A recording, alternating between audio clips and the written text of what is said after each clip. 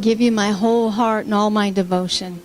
Yesterday I was sitting on my couch and I had my baby grandson in my arms, and he's just shy of being 2 weeks old, so he doesn't open his eyes up much. And as I was sitting with him, he did open his eyes and he was just staring at me. And staring at me. And I knew in that instant that I would sit there as long as he would look at me. Now, he didn't recognize my face, I'm sure, but I know he can hear my voice. And he's been listening to his mama's voice and his daddy's voice for a long time. You need to know that as long as you will look at your father, he's going to sit there. He's not going anywhere. So I was thinking about that. You know, he's just like I said, he's just shy of 2 weeks old. And then it made me think of my other grandson. He's 4. And when the leaves started to change, he came out of my house one day, a couple weeks ago, and he sat on the front porch. He said, "Nanny, look at that tree. It's so beautiful." The leaves had started to change, and my 4-year-old grandson was witnessing the splendor and the beauty that God created for him. 4 years old. Then I started thinking of my granddaughters. They're 7 and 8, and they came a couple days ago to meet their new cousin. And he's wearing a hat, big hat on his head.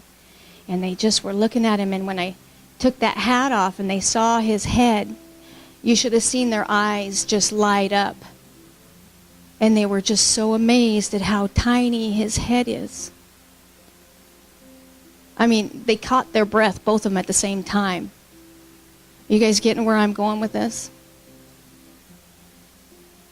One more thing I need to share. We were on our way to Seaside a few weeks ago, and my son, John Michael, he started reading all the signs. And he said, "Hey, there's a Walgreens. Hey, there's a Starbucks over there." And Mike and I were like, "Son, we have those in Hermiston." But I think we missed the point. You see, he was seeing something like he had seen it for the first time. And he was loving, for one, the familiarity of it. And that he noticed that, hey, there's a Jack in the Box.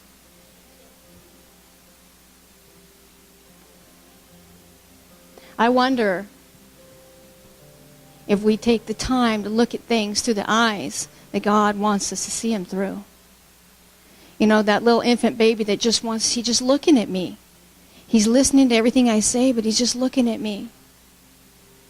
That 4-year-old boy, that first thing he noticed when he comes out is the beauty of the tree in the yard. He sees that tree every time he comes to my house, you guys. But he wanted to stop and share that beauty with me. God has so much for you today. So much. I'm going to read to you from Psalm 104. Bless the Lord, O my soul. O Lord, my God, you are very great. You are clothed with honor and majesty. Who cover yourself with light as with a garment, who stretch out the heavens like a curtain. You walk in your house, close and open the curtains. That's like God stretches the heavens like we open our curtain. Think about that. He lays the beams of his upper chambers in the waters, who makes the clouds his chariot, who walks on the wings of the wind, who makes his angels spirits, his ministers a flame of fire. You who laid the foundations of the earth so that it should not be moved forever. You covered it with the deep as with a garment. And if you could have been at the beach with all the kids that we took and watched. I mean, we took our little granddaughter Adia, and when she saw the vastness of the ocean, the awe in her voice was just unforgettable. You know, I see it a couple times a year, and I love it every time. But I could hear the wonder in her voice. I could see it on her face. And when we were leaving, there it goes. She wanted to make sure she got that glimpse of it because she didn't know when she was going to see it again. She appreciated it with a heart much deeper than myself.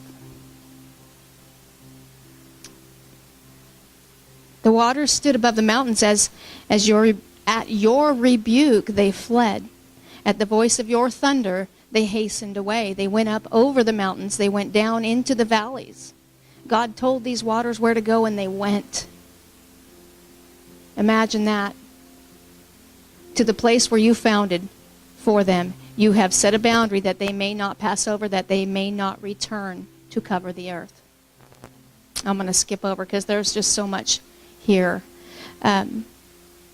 The verse 19 says, He appointed the moon for seasons. The sun knows it's going down. When we wake up in the morning and we see the sun rise, we need to know God called it today.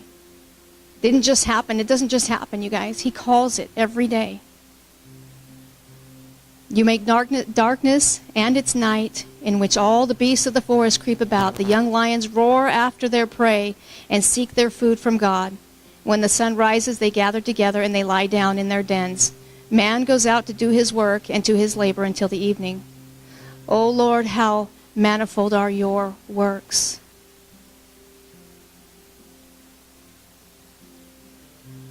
In wisdom you have made them all. The earth is full of your possessions. This great and wide sea in which are innumerable teeming things, living things both small and great. There the ships sail about. There is that Leviathan which you have made to play there. If you get a chance to go home and read this psalm, I encourage you to read it. There's just so much, and this is my prayer for us today. It's just going to come straight out of the Word of God. Hold this close to your heart today. I will sing to the Lord as long as I live. I will sing praise to my God while I have my being. May my meditation be sweet to Him. I will be glad in the Lord. Bless the Lord, O my soul. I just pray, Lord, that this week, guys, when we're walking out at your job and driving down to get to work, that you look around and I pray that you would have eyes like those kids and a heart to see God in everything you do. That's about it. It's your turn.